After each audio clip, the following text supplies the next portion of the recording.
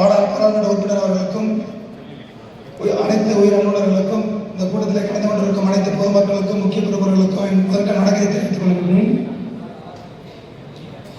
ஈரோடு மாவட்ட வளர்ச்சிக்காக மாண்புமிகு முதலமைச்சர் அவர்கள் தமிழகம் முழுவதும் மக்களின் கருத்துக்களை கேட்டு அடுத்த 5 ஆண்டுகளுக்குள் வளர்ச்சி பெற்ற மாநிலமாக மாற வேண்டும் என்ற ஒரு நல்ல நோக்கத்தோடு இந்த திட்டத்தை ஆரம்பித்திருக்கின்றார்கள். அந்த வகையிலே ஈரோடு மாவட்ட வளர்ச்சிக்காக என்னுடைய கருத்தை கேட்க எனக்கு வாய்ப்பளித்தமைக்கு மாண்புமிகு அமைச்சர் அவர்களுக்கும் மாவட்ட ஆட்சியர் அவர்களுக்கும் என் மக்கள் நன்றியை தெரிவித்துக் கொள்கின்றேன்.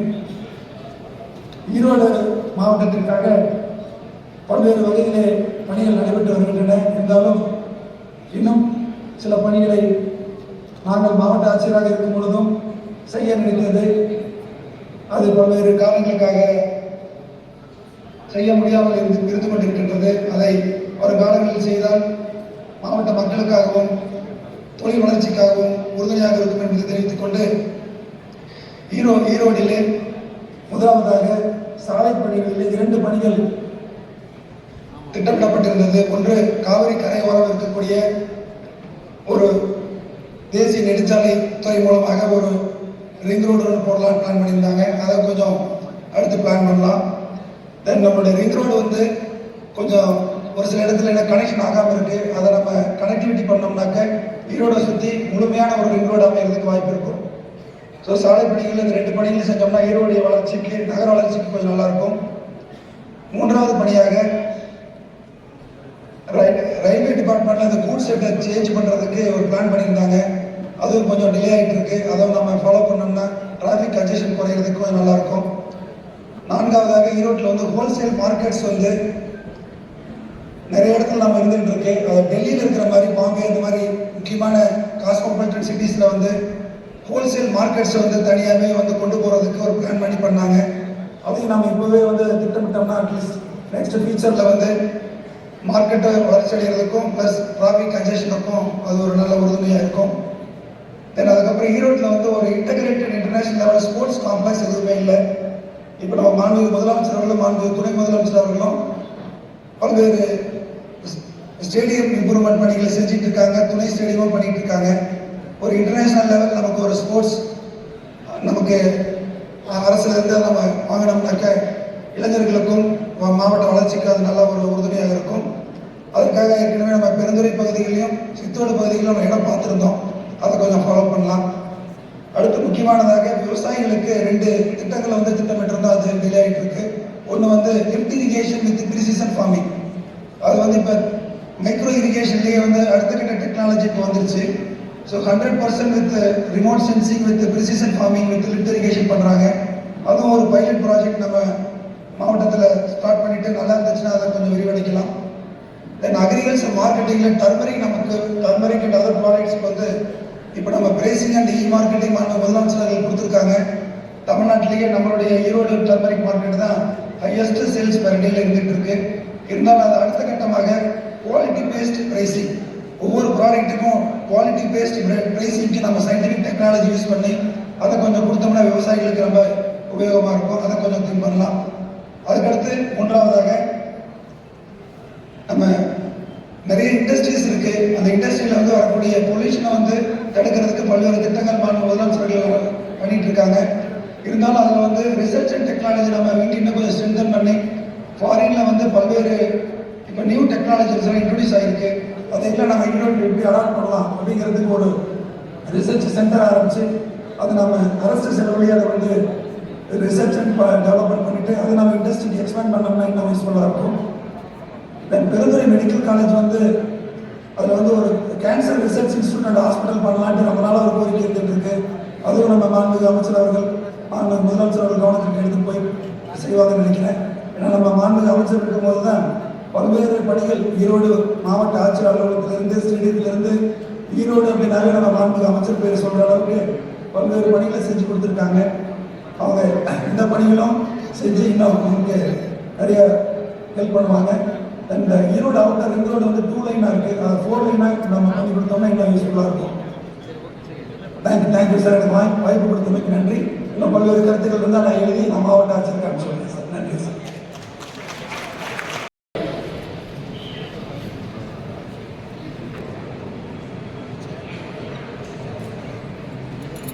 மாண்புமிகு வீட்டு வசதித்துறை அமைச்சர் அன்பிற்குரிய முத்துசாமி அவர்களே, ஈரோடு மாவட்ட ஆட்சியர் கந்தசாமி அவர்களே, சட்டமன்ற உறுப்பினர்களே, மேடையிலே வீட்டிருக்கும் சான்றோர் பெருமக்களே, இங்கே பெருந்திரளாக குழுமியிருக்கும் பெரியோர்களே, தாய்மார்களே, அனைவருக்கும் இனிய காலை வணக்கம். முதற்கண் இத்தகைய ஒரு நல்ல நிகழ்ச்சியிலே கலந்து கொள்வதிலே பெருமகிழ்ச்சி அடைகின்றேன். அதற்காக நன்றியை தெரிவித்துக் கொள்கிறேன். மக்களை தேடி ஆட்சி செய்கின்றவர்கள் வந்து குறைகளை கேட்பது மிகப்பெரிய ஒரு விஷயம். அந்த வகையிலே அமைச்சர் அவர்கள் தினந்தோறும் மக்களை சந்தித்துக் கொண்டிருக்கின்றார்கள். அந்த செய்தியெல்லாம் செய்தித்தாளிலே பார்க்கும் பொழுது மகிழ்ச்சியாக இருக்கிறது. சட்டமன்ற உறுப்பினர்களும் தினந்தோறும் மக்களை சந்திக்கின்ற நிகழ்ச்சிகள் எல்லாம் செய்திகளாக வரும் பொழுது மிகவும் மகிழ்ச்சியாக இருக்கின்றது. அதுபோல் ஆட்சித் தலைவர் அவர்களும் காட்சிக்கு எளியவராக இருக்கின்றார். எல்லோரிடமும் அன்பாக பழகின்றார்.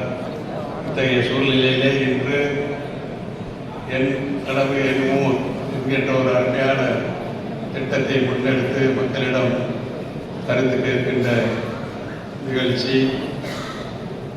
ஈரோட்டை பொறுத்தவரையிலே முதலிலே என் மனக்கண் முன் தோன்றுவது போக்குவரத்து நெருக்கடி. இதற்காக அரசு மருத்துவமனை அருகிலே மேம்பாலம் கட்டி ஓரளவு அந்த பகுதி நன்றாக இருக்கின்றது. இன்னும் அந்த திண்டலிலே இருந்து கரூர் ரோடு வரை பைபாஸ் அதுவும் மிக சிறப்பாக நடந்து கொண்டிருக்கின்றது. அதுபோல அரசு மருத்துவமனையிலே இருந்து திண்டல் வரை திட்டமிடப்பட்டிருக்கின்ற அந்த உயர்மட்ட மேம்பாலம் அமைந்தால் இன்னும் ஈரோட்டிற்கு மிக சிறப்பாக போக்குவரத்து நெரிசல் இல்லாமல் இருக்கும் என்கின்ற கருத்திலே இந்த நேரத்திலே சொல்லிக் கொள்கின்றேன். அதை செய்து தர வேண்டும் என்று வேண்டி கேட்டுக்கொள்கிறேன். அதுபோல ஈரோடு என்றாலே மஞ்சள், ஜவுளி இந்த இரண்டும் தான் ஞாபகத்திற்கு வரும்.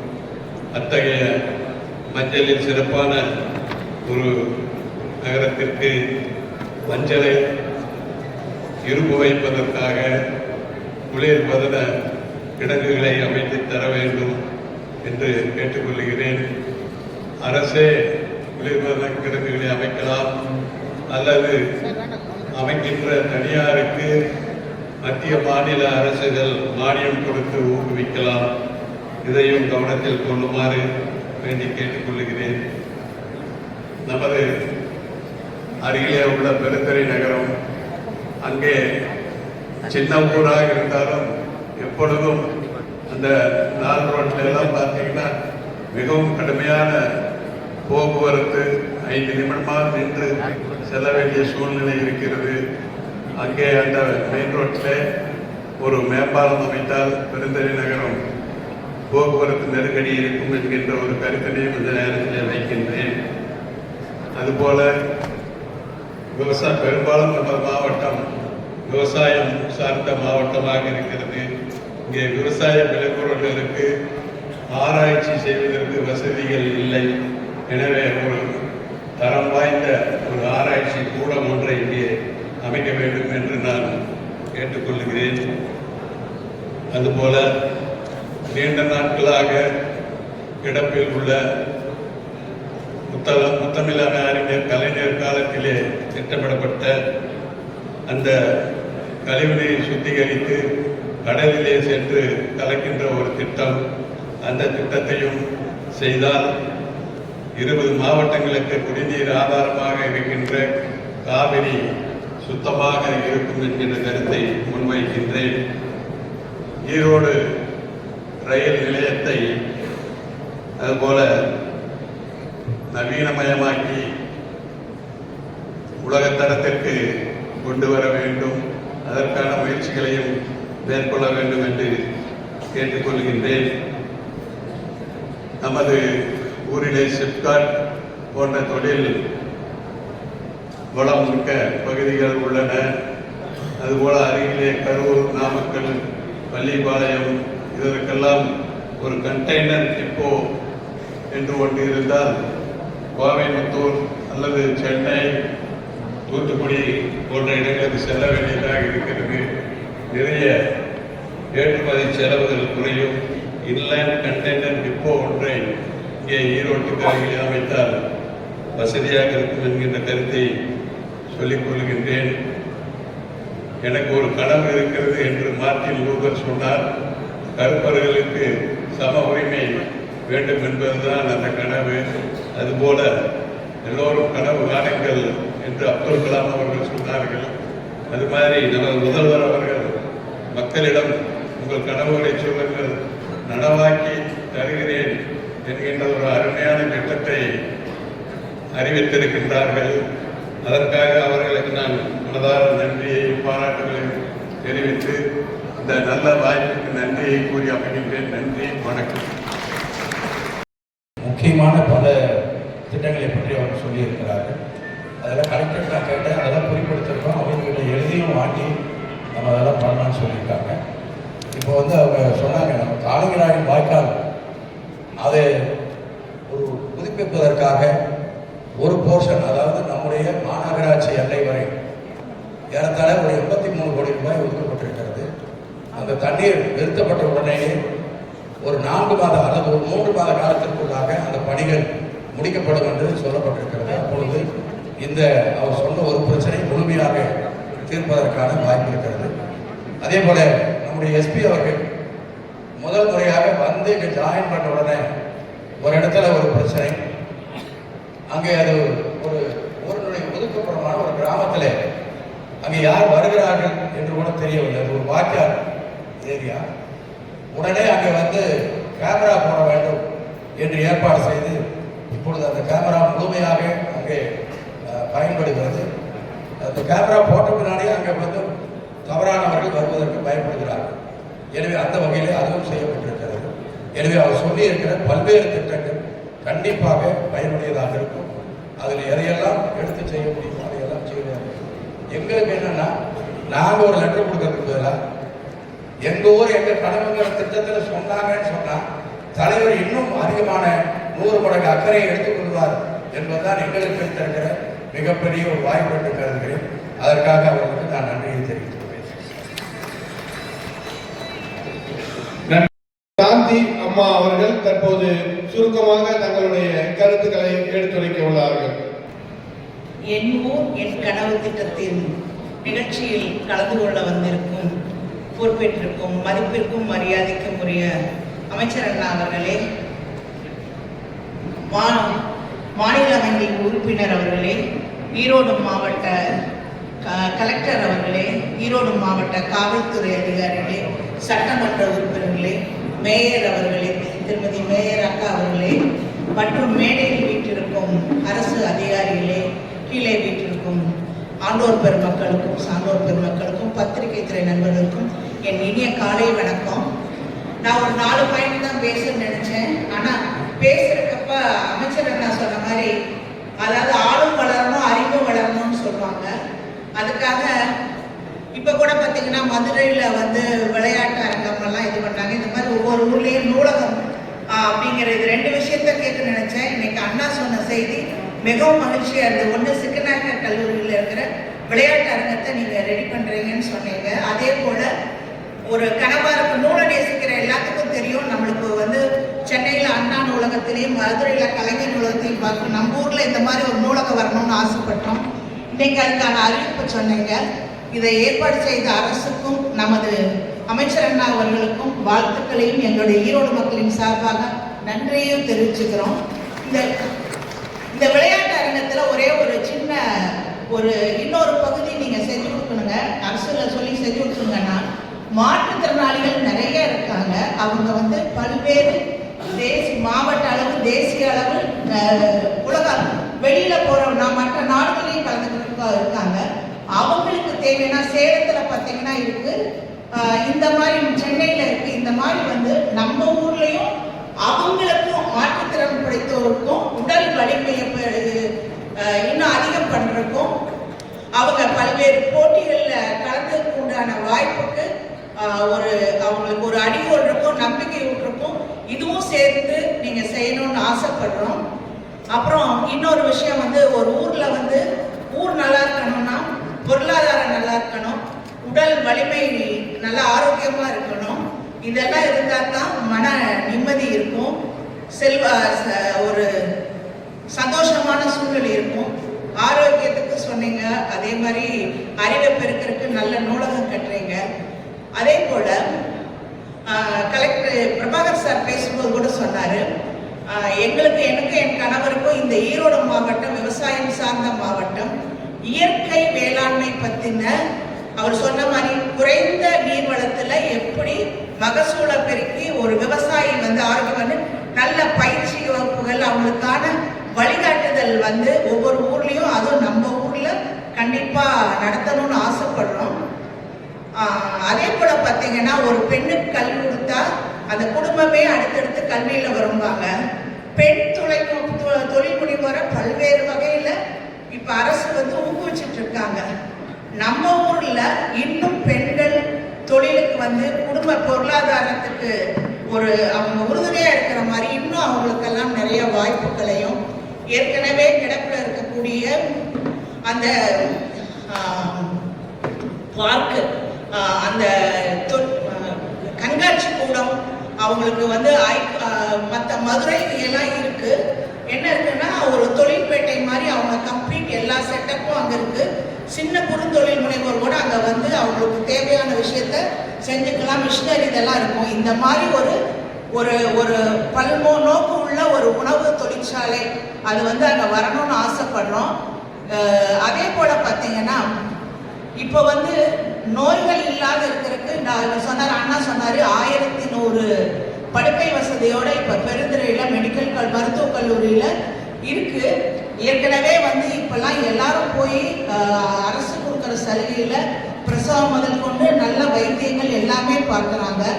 எங்களுக்கும் எனக்கும் என் கணவருக்கும் ரொம்ப நாள் நெடுங்கால கனவு. என்ன கனவுனா, நம்ம ஊர்ல வைத்தியத்துக்காக பொருளாதாரத்தில் குறைந்து இருக்கிறவங்க நிறைய சிரமப்படுறாங்க.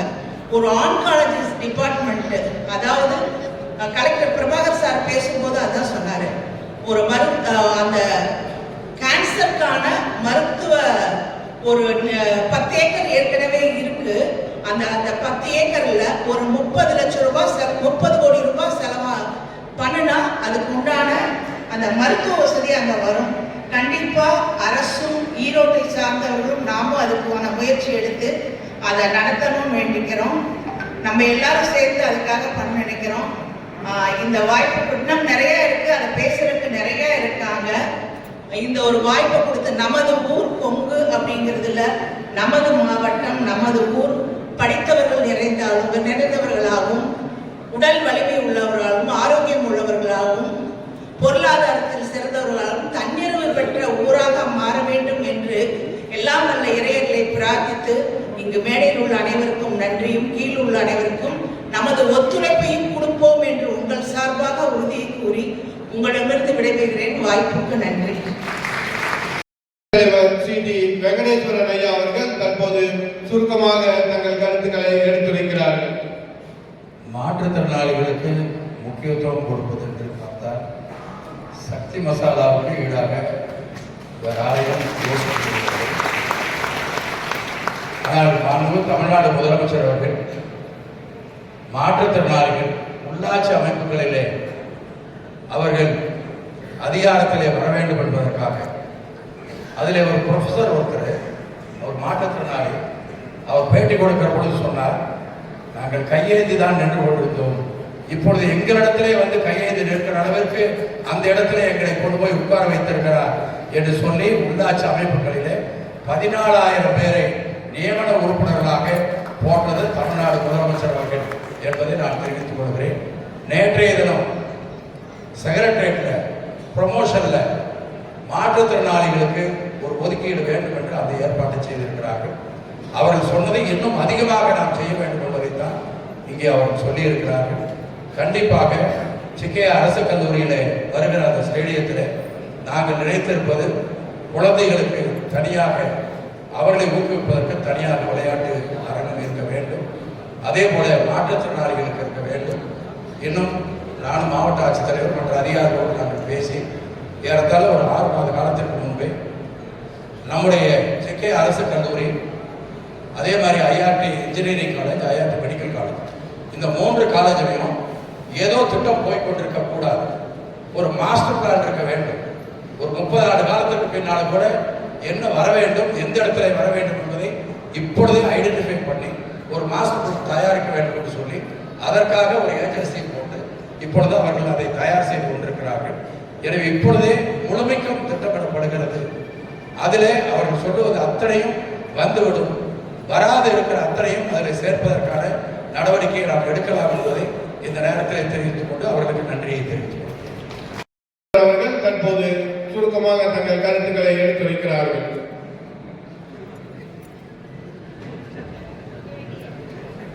மாண்புமிகு அமைச்சர் அவர்களே, மாவட்ட ஆட்சியர் அவர்களே, நாடாளுமன்ற உறுப்பினர் அவர்களே, காவல் கண்காணிப்பாளர் அவர்களே, சட்டமன்ற உறுப்பினர் அவர்களே, உறுப்பினர்களே, ஈரோடு நகர மேயர் அவர்களே, ஏனைய துறை அதிகாரிகளே, தலைவர்களே, ஊடக நண்பர்களே, உங்கள் அனைவருக்கும் நன்றி கலந்த வணக்கம். இன்றைய கூட்டத்தின் தலைப்பு என் ஊர் என் கனவு. என்னுடைய தேவையை கேட்கவில்லை, என்னுடைய கனவை சொன்னாலும் போதும், அதை நிறைவேற்றும் என்று இந்த அரசு முன்வந்திருக்கிறது. எனவே நம் அனைவரின் சார்பில் இந்த அரசை முதல் வாழ்த்தி வணங்குகின்றேன். எங்கள் அமைப்பு, எங்கள் பெயரிலேயே எங்கள் கனவு இருக்கிறது. ஒளிரும் ஈரோடு. வாழ்வதற்கும் தொழில் புரிவதற்கும் உலகிலேயே சிறந்த மாவட்டமாக திகழ வேண்டும் என்பதே எங்களுடைய கனவு. அதிலே சிறு சிறு கனவுகள் மூலமாக அந்த பெரிய கனவை நிறைவேற்ற துடிக்கின்றோம். இந்த தருணத்திலே அரசுக்கு இதை பரிந்துரைக்கின்றோம். முதலாவதாக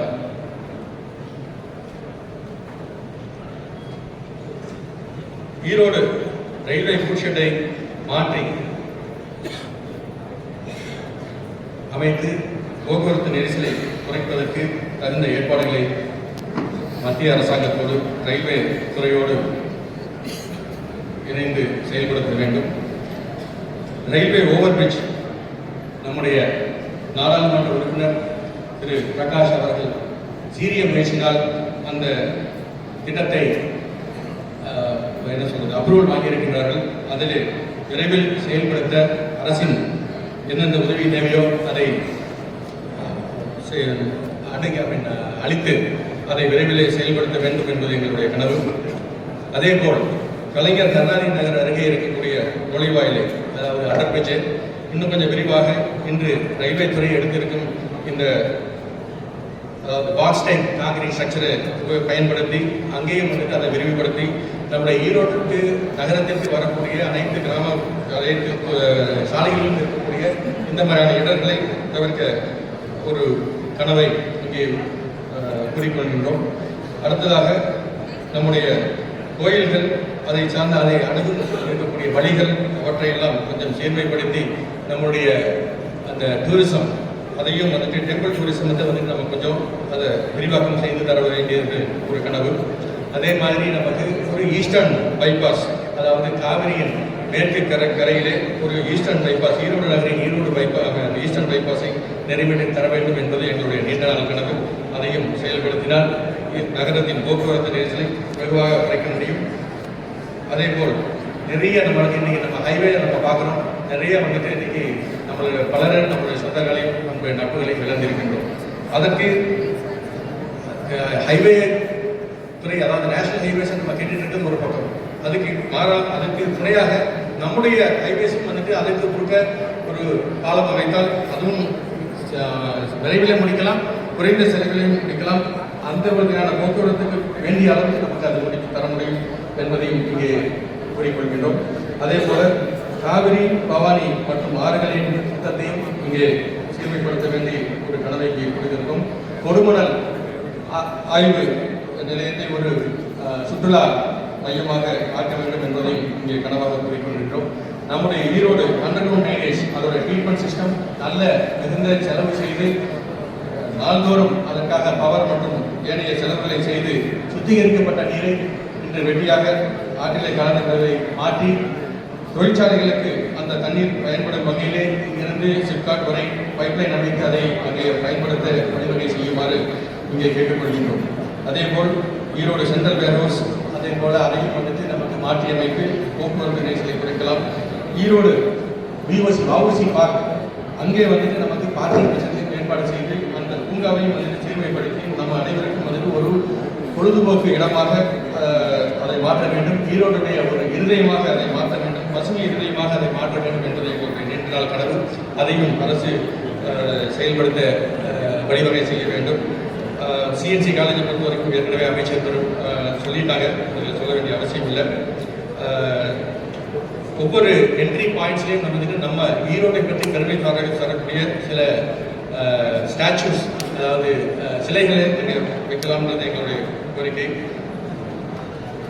நம்ம எல்லோருமே இங்கே இருக்கக்கூடிய ஆண்கள் அனைவரும் எந்த வயதினா இருந்தாலும் சரி, நம்முடைய வீட்டு அம்மா மனைவி அக்கா தங்கை எல்லாருக்கும் வந்துட்டு ஒரு பெரிய தீங்கு தான் செஞ்சுக்கிட்டு இருக்கோம். இது வரைக்கும் அதுக்கு தீர்வு கொடுக்காம இருக்கும். காரணம் என்னன்னா, அவங்களுக்கு பொது சுகாதாரமான ஒரு பொது கழிப்பிடம் நாம் ஆங்காங்கே செயல்படுத்தாமல் இருக்கின்றோம். ஒவ்வொரு 500 மீட்டருக்கும் சிட்டியில் இருக்கக்கூடிய ஒவ்வொரு ரோட்லையும் ஒவ்வொரு 500 மீட்டருக்கும் குறிப்பாக பெண்களுக்காக கழிப்பிடம் ஏற்படுத்தி அதை சுகாதாரமாக பேணி காப்பதற்கு நமக்கு என்ஜிஓஸ்க்கோ அல்லது மற்ற எங்களை போன்ற பொது அமைப்புகளுக்கு அதை வழிவகை ஐபிபி பப்ளிக் பிரைவேட் பார்ட்னர்ஷிப் மூலமாக அதை செயல்படுத்த வேண்டும் என்பது எங்களுடைய கனவு. அதற்கும் வழிவகை செய்ய வேண்டும் என்று கேட்டுக்கொள்கின்றோம்.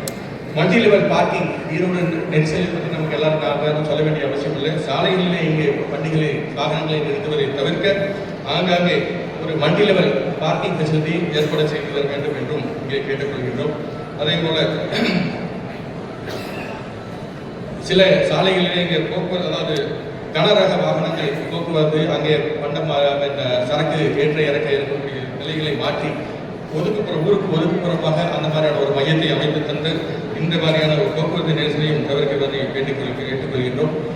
ஈரோடு அரசு மருத்துவமனைகளை செயல்பட்டுக் கொண்டிருக்கும் டயாலிசிஸ் யூனிட் போல அனைத்து இன்னும் மற்ற பப்ளிக் பிரைமரி ஹெல்த் சென்டர்ஸில் கூட இதே மாதிரியான ஒரு மையத்தை நிறுவுவதற்கு அரசு முன்வர வேண்டும் என்பதை கேட்டுக்கொள்கின்றோம். ஒவ்வொரு நமக்கு பயன்படாத, அதாவது வேறு துறைக்கு பயன்படாத இருக்கக்கூடிய அரசு இடங்களை கண்டறிந்து, குறிப்பாக நகரத்தில் இருக்கக்கூடிய இடங்களை கண்டறிந்து பொது அமைப்புகளுக்கு மரங்களும் சமூக காடுகளும் வளர்ப்பதற்கு வேண்டிய வகை செய்ய வேண்டும் என்று கேட்டுக்கொள்கின்றோம். கருவில்பாறை உலசு மற்றும் வெள்ளப்பாளையம் குளத்திலே போட்டிங் ஃபெசிலிட்டி ஏற்பாடு செய்யலாம் என்று இங்கே பரிந்துரை செய்கின்றோம். அதே மாதிரி ஒவ்வொரு சாலையிலும் கண்டிப்பாக நடைபாதை அமைக்க வேண்டும். அந்த நடைபாதை இன்னொரு எந்த காலத்திலும் வந்துட்டு ஆக்கிரமிப்புக்கு ஆகாமல் இருக்கும் வகையிலும் பேணி காக்க வேண்டும். அந்த நடைபாதைகள் குறிப்பாக இங்கே கூறப்பட்டிருக்கின்ற அதாவது டிஃபரண்ட்லி எனேபிள்ட் மாற்றுத்திறனாளிகளையும் பயன்படுத்தும் வகையிலே அங்கே அமைந்திருக்க வேண்டும் அந்த நடைபாதைகள். அந்த மாதிரியான ஒரு நடைபாதையை அமைத்து தர வேண்டும் என்று கேட்டுக்கொள்கின்றோம்.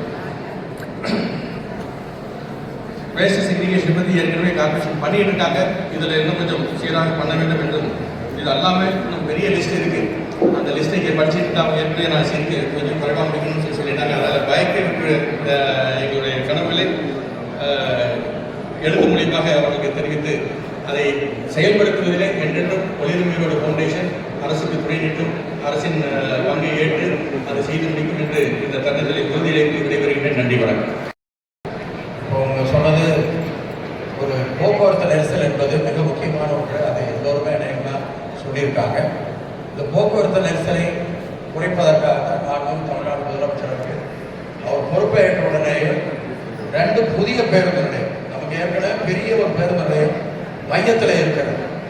ஆனால் அந்த கம்ப்ளீட்டாக இருக்கிற மஃப்சல் பஸ் பூரா இங்கே வந்து போகும்போது மிக அதிகமான நெருக்கடி ஏற்படுகிறது என்ற காரணத்தால் தான் சோலாரில் ஒரு பேருந்து நிலையம், அது ஏறத்தாழ 20 ஏக்கரில் அது முடிந்திருக்கிறது, துவக்கி இருக்கும். அது இன்னும் முழுமையாக பயணம் வர வேண்டும். அதற்கு கன்றாத்தாங்குளத்தில் ஒரு பேருந்து நிலையம் வந்தால்தான் அது முழுமை பெறும். ஏன்னா இங்கே கொஞ்சம் மொசல் வண்டி பழைய பஸ் ஸ்டாண்ட் வந்து கொஞ்சம் அங்கே நிற்கிது. அதனால் இது முடிஞ்சால் தான் சரியாக வரும். எனவே அதற்கான ஏற்பாட்டையும் நாங்கள் செய்திருக்கிறோம் என்பதை நான் தெரிவித்துக் கொள்ள விரும்புகிறேன்.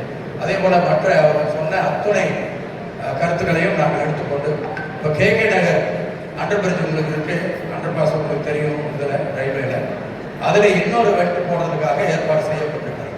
ஏன்னா ஓவர் பிரிட்ஜ் கொஞ்சம் காலதாமதம் ஏற்பட்டாலும் கூட இது அங்கே இருப்பவர்களுக்கு கண்டிப்பாக தேவையான காரணத்தால் செய்யப்பட்டிருக்கிறது. அதே போல RS பெருந்துறை RS அங்கே வந்து ஒரு ரவுண்டானா போட்டு ஏற்பாடு பண்ணிக்கிறோம். அங்கே சென்னிமலைக்கு போகிறதுக்கு ஃப்ரீ லெஃப்ட் பண்ணி விட்டாச்சு. அங்கே வந்து இன்னொரு வெட் போடுறதுக்காக ஏற்பாடு பண்ணி அதுவும் ஒத்துக்கொண்டிருக்கிறார்கள். அதே போல நம்முடைய காளிமாட்டு சிலை அருகில் அது வந்து ரொம்ப மோசமாக இருந்தது. அது வந்து கொஞ்சம் எங்கள் பொறுப்பிலே எடுத்து அதை ஒழுங்கு பண்ணியிருக்கோம். இன்னும் கொஞ்சம் அதுலேயும் செய்ய வேண்டிய வேலை இருக்கு. இதெல்லாம் செஞ்சு முடிச்சதுனாக்க அநேகமாக கொஞ்சம் டிராஃபிக் பிரச்சனை சால்வ் ஆகும். ஓவர் பிரிட்ஜ் அதற்கு தொடர்ந்து வருவதற்கான நடவடிக்கை. எழுத்தாளர் ஈரோடு மாவட்டத்தின் வளர்ச்சிக்காக பங்கு பெறக்கூடிய ஸ்டாலின் குணசேகரன் ஐயா அவர்கள் தற்போது ஈரோடு மாவட்ட வளர்ச்சிக்கு தங்களுடைய கருத்துக்களை எடுத்துரைக்க உள்ளார்கள்.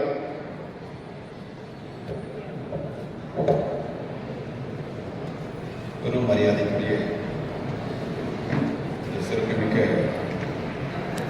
கூட்டத்தில் பங்கேற்று எதிர்கால ஈரோட்டிற்கு மேலும் சிறப்பு சேர்க்க வருகை கொடுத்திருக்கின்ற மாண்புமிகு அமைச்சர் அவர்கள், மாண்புமிகு சட்டப்பேரவை உறுப்பினர்கள், மாண்புமிகு நாடாளுமன்ற உறுப்பினர், மரியாதைக்குரிய மாவட்ட ஆட்சித்தலைவர், காவல் கண்காணிப்பாளர், இன்னும் மேடையில் அமர்ந்திருக்கின்ற பொதுநல அமைப்புகளின் பிரதிநிதிகள், அரங்கம் நிறைய அமர்ந்திருக்கின்ற அன்பி சிறந்த பல்வேறு அமைப்புகளை பிரதிநிதித்துவப்படுத்தக்கூடிய அமைப்பாளர்கள், சமூக நல ஊழியர்கள், அரசியல் பிரமுகர்கள், சகோதர சகோதரிகள், ஊடகவியலாளர்கள் அனைவருக்கும் நான் மகிழ்ச்சிகரமான காலை வணக்கத்தை தெரிவித்துக் கொள்கின்றேன். மேலும் நிறைய பேர் அவரவர்கள் அமைப்பின் சார்பில் ஆலோசனைகள் வழங்க உள்ளதால் மிக சுருக்கமாக சில ஆலோசனைகளை, கருத்துக்களை முன்வைத்து விடைபெறுவது பொருத்தம் என்று நான் கருதுகிறேன்.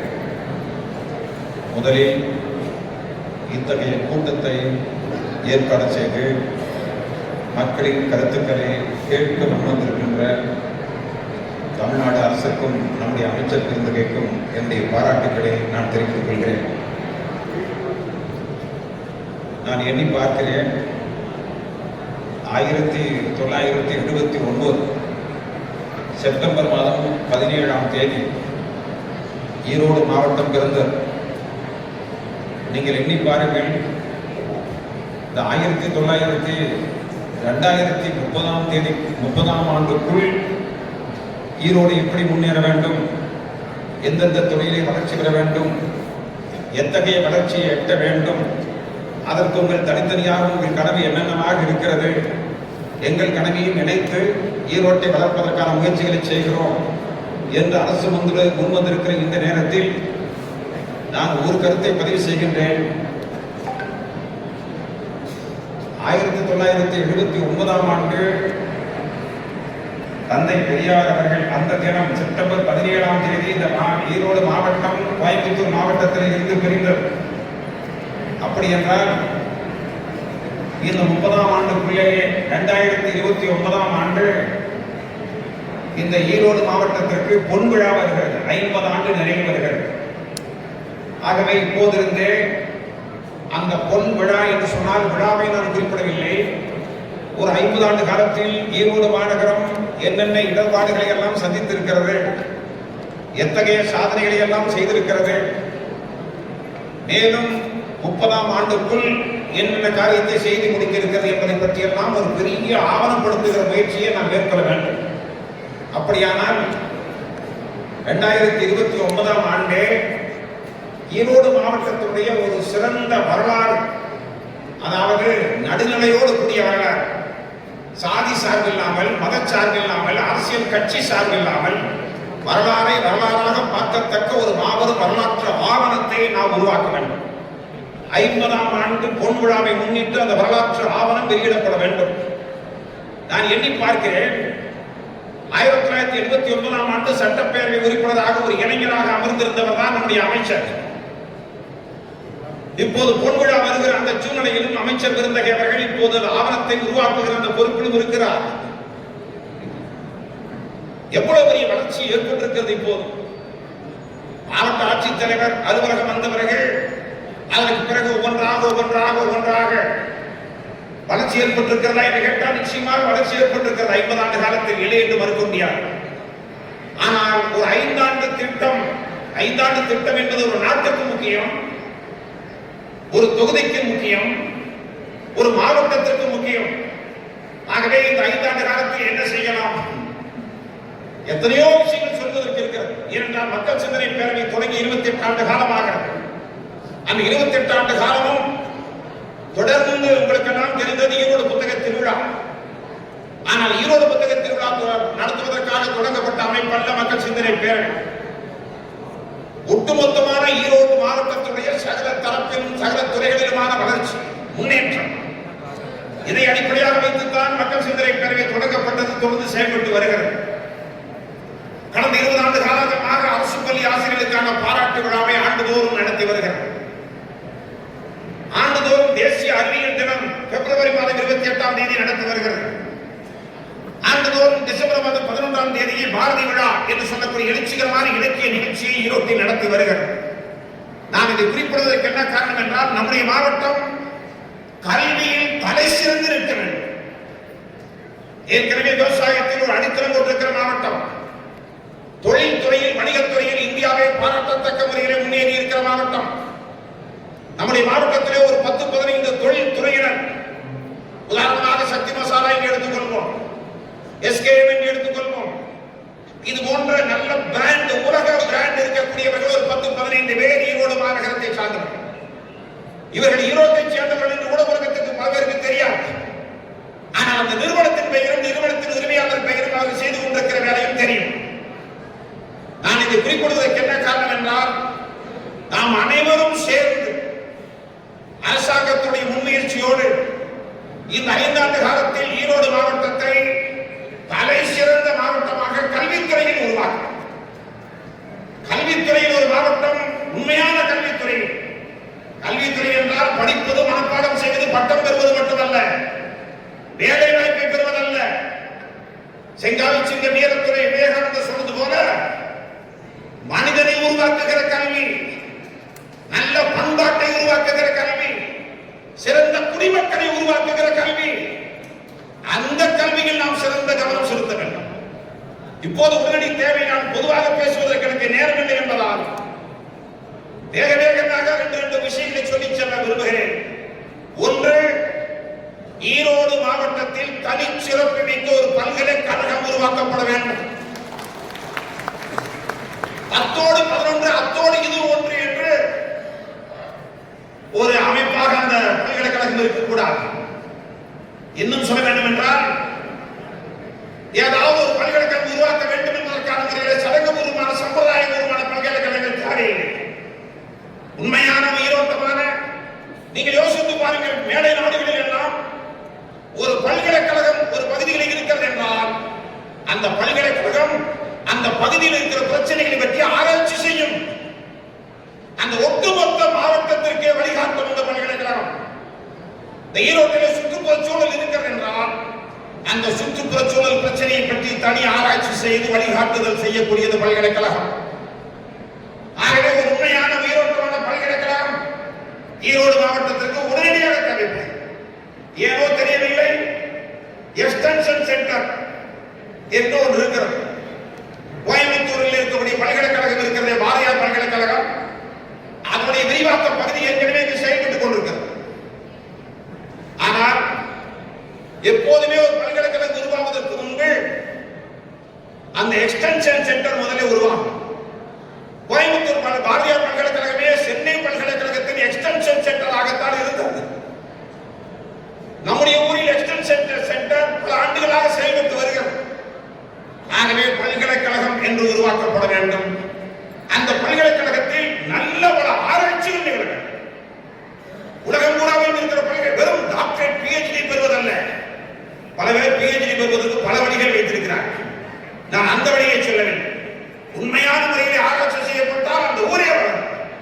அப்ப கல்வியில் சிறந்த ஊரா நாங்கள் எல்லாம் படிக்கிற போது வாசவி கல்லூரியுடைய மாணவர் பேரவை தலைவராக இருந்தவர், எனக்கு ரொம்ப சீனியராக விளங்கியவர் அமைச்சர் அவர்கள். நான் சிங்கநாயக்கர் கல்லூரியிலே படித்தேன். அப்ப சிங்கநாயக்கர் கல்லூரி, வாசவி கல்லூரி, ஈரோடு கலைக்கல்லூரி, வேளாளர் கல்லூரி, கோபி கலைக்கல்லூரி, இந்த 5 கல்லூரிகள் தான் ஈரோட்டில் இருந்தன. ஆனால் இப்போது எத்தனை கல்லூரிகள் இருக்கின்றன? எத்தனை பொறியியல் கல்லூரிகள் வந்திருக்கின்றன? வளர்ச்சி இருக்கிறதா? இருக்கிறது. ஆனால் இன்னும் ஒரு 5 ஆண்டு காலத்தில் நாம் அத்தனை பேரும் கூட்டாக சேர்ந்து முயற்சித்தால், நான் கேட்கிறேன், இந்த அரசியல் மற்ற விஷயங்கள் எல்லாம் அந்தந்த காலகட்டத்திற்கு மட்டும்தான் தேவை. கடந்த கால ஈரோட்டை படிப்போம், எதிர்கால ஈரோட்டை படைப்போம் என்ற முழக்கத்தை மக்கள் சிந்தனை பேரவை 10 ஆண்டுகளுக்கு முன்பே முன்வைத்தது. கடந்த கால ஈரோட்டை படிப்போம் என்றால் என்ன அர்த்தம்? நீங்க என்ன தேதி? ஜனவரி மாதம் 30ஆம் தேதி மகாத்மா காந்தியடிகள் மறைந்த நாள். அந்த மறைந்த நாள் என்று என்ன ஆயிற்று? ஈரோட்டில் பிராமண பெரிய அககாரத்தில் ஒரு பிரச்சனை வந்துவிட்டது. ஏனென்றால் அந்த சுடப்பட்டவுடன் அந்த மாலை நேரத்தில் வந்த செய்தி, யாரோ ஒரு மாற்று மதத்தை சார்ந்தவன் இந்த வேலையை செய்து விட்டான் என்ற செய்தி தான் பரவியது. அதை கேட்ட பிராமண பெரிய அககாரத்திலே ஒரு கலவரம் தொடங்கிவிட்டது. உங்களுக்கு தெரியும், பிராமண பெரிய அககாரத்தில் மாற்று மதத்தை சார்ந்தவர்கள் நிறைய பேர் இருக்கிறார்கள். உடனே என்ன ஆயிற்று? ஈரோட்டில் இருக்கக்கூடிய அந்த ரயில்வே ஸ்டேஷன் பக்கம் இருக்கக்கூடியவர்கள் நூற்றுக்கணக்கான பேர் ஒன்றாக சேர்ந்து எந்த மதம் எந்த சாதி என்று பார்க்காமல் ஓடோடி பெரிய அககாரத்துக்கு சென்று காந்தியடிகள் மறைந்துவிட்ட பின்னர் அங்கிருக்கக்கூடிய அத்தனை பேரையும் சமாதானப்படுத்தி மத பிரச்சனை உருவாகாமல் பாதுகாத்தார்கள். பிறகுதான் சுட்டுக் கொண்டவன் மாற்று மதத்தை சார்ந்தவன் அல்ல என்று செய்தி தெரிய வந்தது. அப்படி மத நல்லிணக்கத்திற்கான ஒரு ஊராக, சகோதரத்துவம் மிக்க ஊராக, மனிதநேயம் மிக்க ஒரு ஊராக ஈரோடு இருந்திருக்கிறது என்பதற்கான ஆயிரக்கணக்கான சான்றுகள் இருக்கின்றன. 1952 முதல் சட்டப்பேரவை உறுப்பினர் இங்கு தேர்வு செய்யப்பட்டார். அவர் பெயர் கேடி ராஜ். அவர் ஈரோட்டில் ரயில்வே தொழிலாளியாக இருந்தவர் தான். அவர் சமூக சேவையை பாராட்டி, அவர் தொழிற்சங்கத்திலே பணியாற்றுகிறதை பாராட்டி அந்த நேரத்தில் முதல் சட்டப்பேரவை தேர்தலில் அவர் வெற்றி பெற்றார். இது போன்ற வரலாற்றை எல்லாம், ஈரோட்டு வரலாற்றை நாம் தொகுத்து பார்க்கிற போது ஈரோட்டுக்கு என்று ஒரு தனி வரலாறு இருக்கிறது. ஈரோடு பன்னீர்செல்வம் பார்க் பக்கத்திலே ஒரு ரீடிங் ரூம் இருக்கிறது. 1921ஆம் ஆண்டு மகாகவி பாரதி ஈரோட்டுக்கு வரவழைக்கப்பட்டிருக்கிறார். தங்க பெருமான் பள்ளி என்று சொல்லக்கூடிய மாபெரும் தேசபக்தரார். இது எல்லாவற்றையும் விட இந்தியாவிலேயே வேறு எங்காவது இருக்கிறதா என்று எனக்கு தெரியவில்லை. 1927ஆம் ஆண்டு ஈரோடு சிதம்பரனார் பூங்காவில், வஉசி பூங்காவில் மார்பனவர் மகாத்மா காந்தியடிகள் சிலை வைக்கப்பட்டிருக்கிறது. 1927ஆம் ஆண்டு அவர் மரணமடைந்ததற்கு 21 ஆண்டுகளுக்கு முன்பே ஈரோட்டு மக்கள் காந்தியடிகளுக்கு சிலை வைத்து பாராட்டியவர்கள் ஈரோட்டு மக்கள்.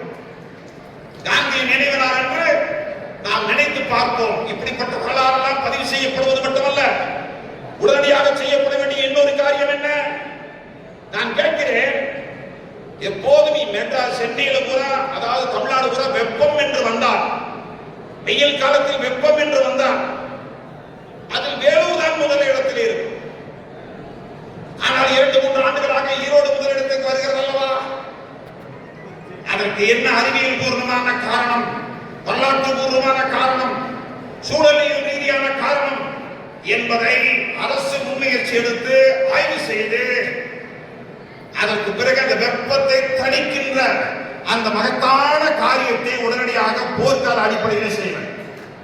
3 ஆண்டுகளாக தொடர்ந்து வெப்பமயமாக இருக்கிறது ஈரோடு. ஏன் வெப்பமயம்?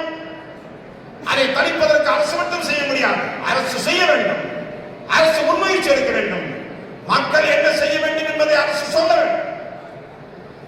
இன்னொன்று, தமிழ்நாட்டில் கேன்சர் நோய் என்றால் ஈரோடு அதற்கு ஒரு முக்கியமான பகுதி இருக்கிறது அல்லவா? எத்தனையோ சிறப்புகள் இருந்தாலும் ஏன் இப்படி வருகிறது என்று தெரியவில்லை. நோய் நாடி நோய் முதல் நாடி அது தணிக்கும் வாய் நாடி வாய்ப்பை செயல் வள்ளுவன் சொன்னான் அல்லவா? ஆகவே அதற்கு மூல காரணம் என்ன என்பதை பார்த்து அது பற்றியான கேன்சர் வராமல் தடுப்பதற்கு, கேன்சரே வராமல் தடுப்பதற்கான விழிப்புணர்வு, கேன்சர் விழிப்புணர்வு தேவை. அப்படியே வந்துவிட்டாலும்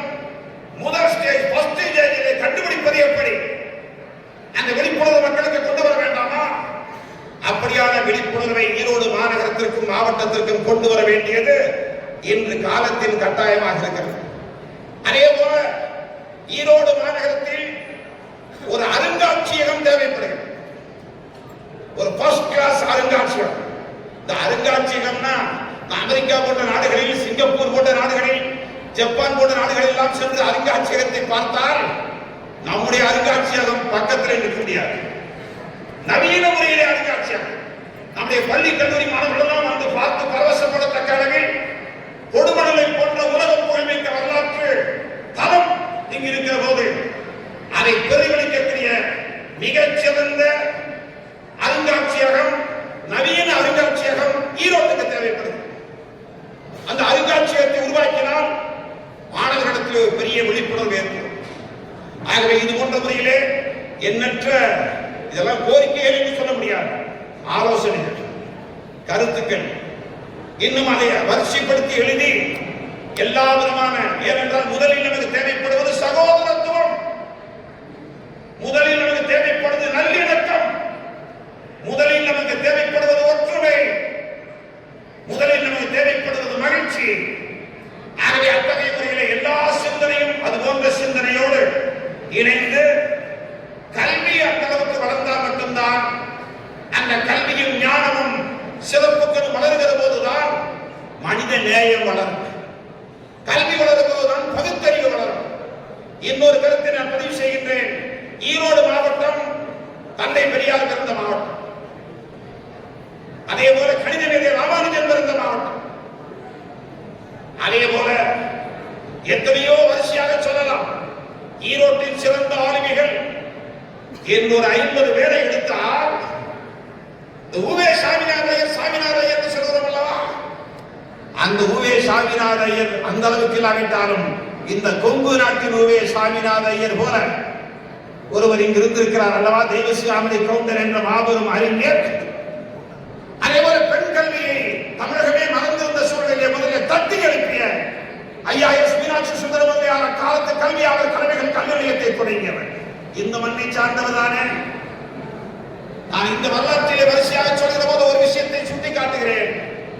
டி சீனிவாச முதலியார் மேடையிலே இருக்கிற வயதானவர்களுக்கு, கொஞ்சம் வயது மூத்தவர்களுக்கு தெரியும். டாக்டர் பாஸ்கரன் என்ற ஒரு பாஸ்கர் டாக்டர் இருந்தார் ஈரோடு. அவர் தந்தையார் தான் சீனிவாச முதலியார். அவர்தான் அந்த பூங்காவை கொண்டு வந்தவர். அவர் பெயரில் தான் அந்த பூங்கா இருந்தது. பிறகு பீப்புள்ஸ் பார்க் என்று மாற்றப்பட்டு வஉசி பூங்கா என்று மாற்றப்பட்டது. அந்த சீனிவாச முதலியார் ஒரு வரலாற்று குறிப்பில் எழுதியிருக்கிறார். அவரே எழுதியது என்ன எழுதினார் தெரியுமா? இந்த வஉசி பூங்காவை உருவாக்குவதற்கு பாறையாக இருந்த இடத்தை பேச்சு பாறை என்று சொல்லுவார்கள்.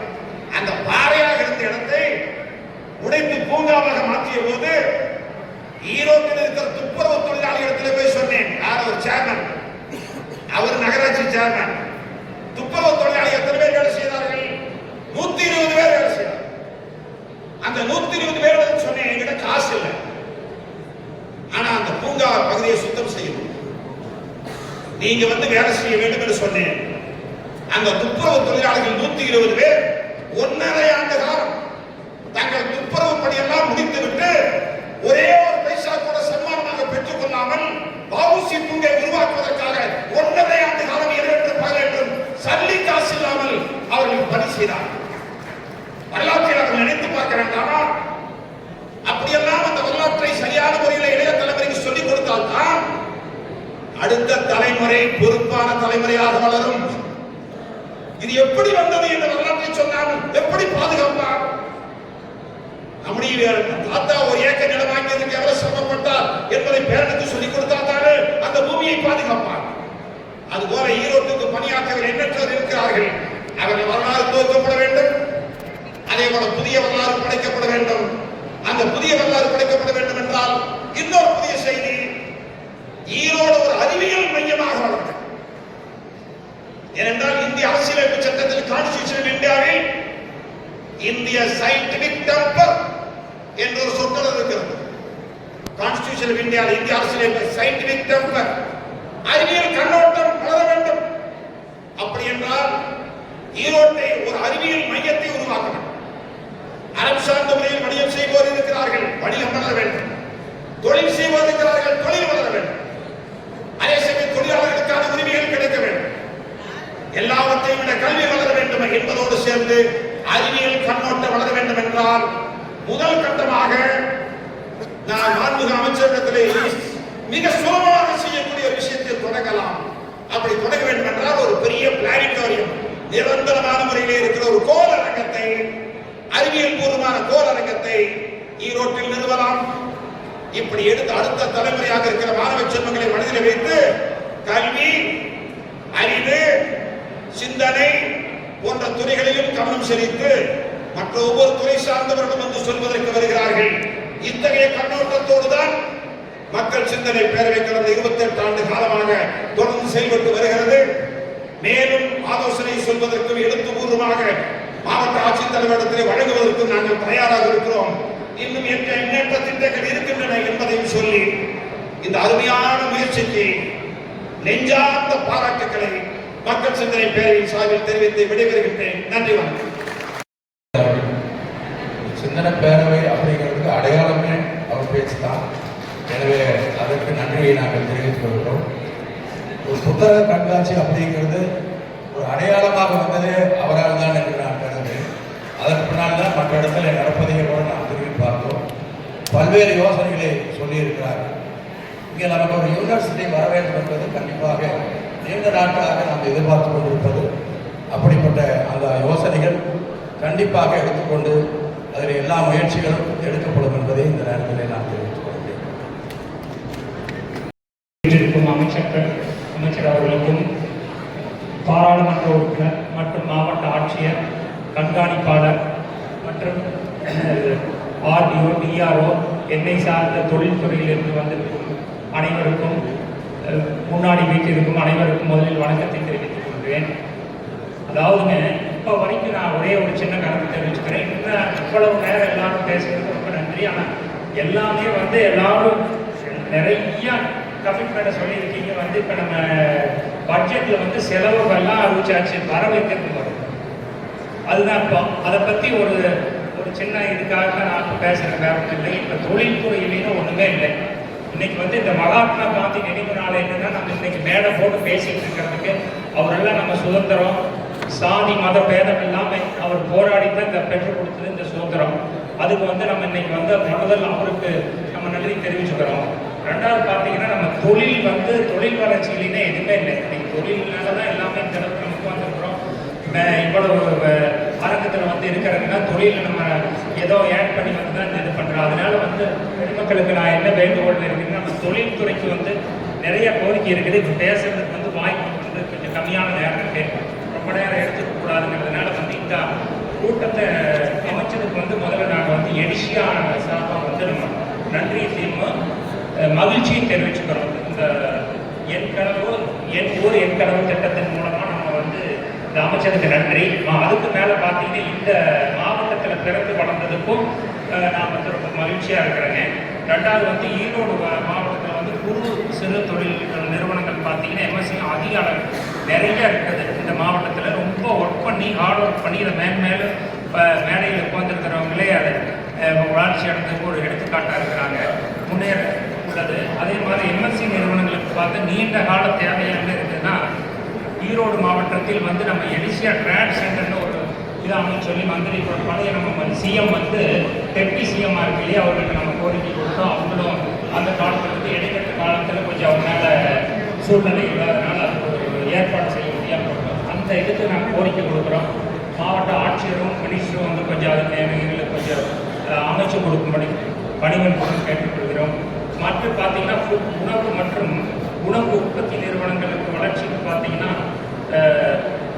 நல்ல தரம் அமைச்சு அதுக்கு தனியாக ஒரு ட்ரேட் பார்க் மாதிரி அமைச்சு அதுக்கு தனியான பேக்கேஜிங் மெட்டீரியல்லாம் தயார் பண்ணுற நிறுவனத்தை எல்லாம் ஒரே மற்ற பொதுவான இல்லாமல் இறுக்கமாக ஒரு எங்களுக்கு பார்க் ஒன்று அமைச்சு கொடுக்கணும், தொழில் பூங்கா ஒன்று அமைச்சு கொடுக்கணுங்கிறது நான் கேட்டுக்கிறேன். அதே மாதிரி உணவுக்கு ஆர்என்டிக்காக எல்லா தேவைகளுமே இதில், ஏன்னா நம்ம விரிவாக சொல்கிறதுக்கு எல்லா தேவைகளும் வேணும். அதே மாதிரி ஏற்றுமதி இறக்குமதி வர்த்தகத்தை ஊக்குவிக்கிற வகையில் ஈரோடு மாவட்டத்தில் ஐசிடி இன்லாண்டு கண்டெய்னர் டெப்போன்னு ஒன்று அமைச்சு கொடுத்து எம்எஸ்எம்இக்கு ஒரு உறுதுணையாக இருந்தால் நல்லா இருக்குங்கிறங்க. அதே மாதிரியெல்லாம் அந்த நிறையா இது நாங்கள் சொல்கிறதா இருந்தது முன்னாலேயே பேசிட்டாங்க. இந்த சாலை இணைப்பு திட்டங்களில் அந்த ரிங் ரோட்டுக்கும் நம்ம ரிவர் சைடு ரோட்டுக்கும் வந்து கண்டிப்பாக முதல்ல இருந்தே சொல்லியிருக்காங்க. அதே மாதிரி மினிஸ்டர் வந்து இந்த மந்திரி பதவி ஏற்றி நம்ம வந்து பார்க்கிலிருந்து இந்த பன்னீர்செல்வம் பார்க்க அதை ஜிஹெச் திண்டல் வரைக்கும் ஒரு மேம்பாலம் அமைக்கலாங்கிற கனவு மினிஸ்டர் இதில் இருக்குது, உள்ளத்தில் இருந்து அதையும் கொஞ்சம் செயல்படுத்தி கொடுத்தீங்கன்னா பரவாயில்லைன்னு நினைக்கிறேங்க. இன்னும் நிறைய இருக்குது. அதே மாதிரி மாதத்தில் ஒரு நாள் பார்த்தீங்கன்னா மின்தடை ஏற்படுது. திடீர்னு இபியிலிருந்து சொல்லிட்டு மின்தடை, அதனால தொழிலாளர்களுக்கு லீவ் பண்ணுறோம், அவங்களுடைய இது ப்ரொடக்ஷன் ஒரு 4 to 6% குறையுது. அதுக்கு ஒரு ஏதாவது ஒரு நீங்கள் இணைஞ்சி ஏதாவது எங்களோட கேட்டுட்டு அதுக்கு ஒரு நல்ல முறையான செயல்பாடு பண்ணி கொடுத்தீங்கன்னா நல்லாயிருக்கும்.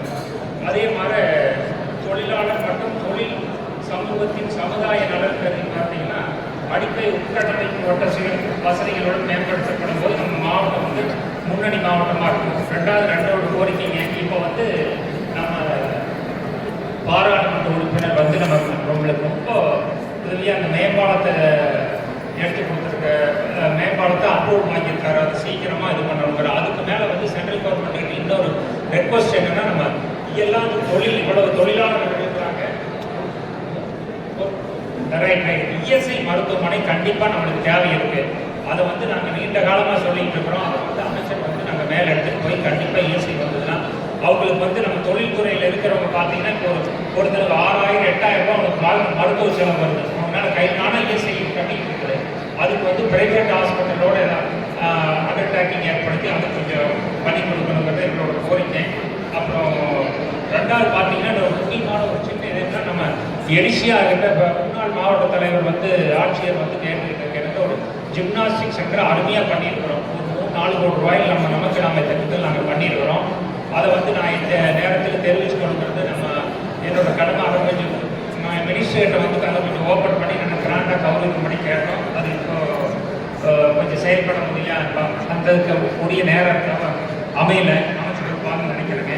அதே மாதிரி இந்த ஓடையை சுற்றி ஏதாவது ரோடு அமைச்சா நல்லாயிருக்கும். அதே மாதிரி வேலி முள்ளை வந்து நம்ம மாவட்டத்தில் உதாரணமாக நம்ம இந்தியாவுக்கு தமிழ்நாட்டு உதாரணமாக இந்த வேலி நூல்களை எடுக்கிறதுக்கு ஏதாவது தொழில் நீரோட அமைப்போடு சேர்த்து பண்ணி கொடுத்தா நல்லாயிருக்கு. இன்னும் நிறையா வந்து திட்டங்கள் எல்லாமே கையில் இருக்குது. இப்போ வந்து நான் இது வந்து மினிஸ்டர்கிட்ட ஒப்படைக்கிறேன், மாவட்ட ஆட்சியர்கிட்ட ஒப்படைக்கிறேன்.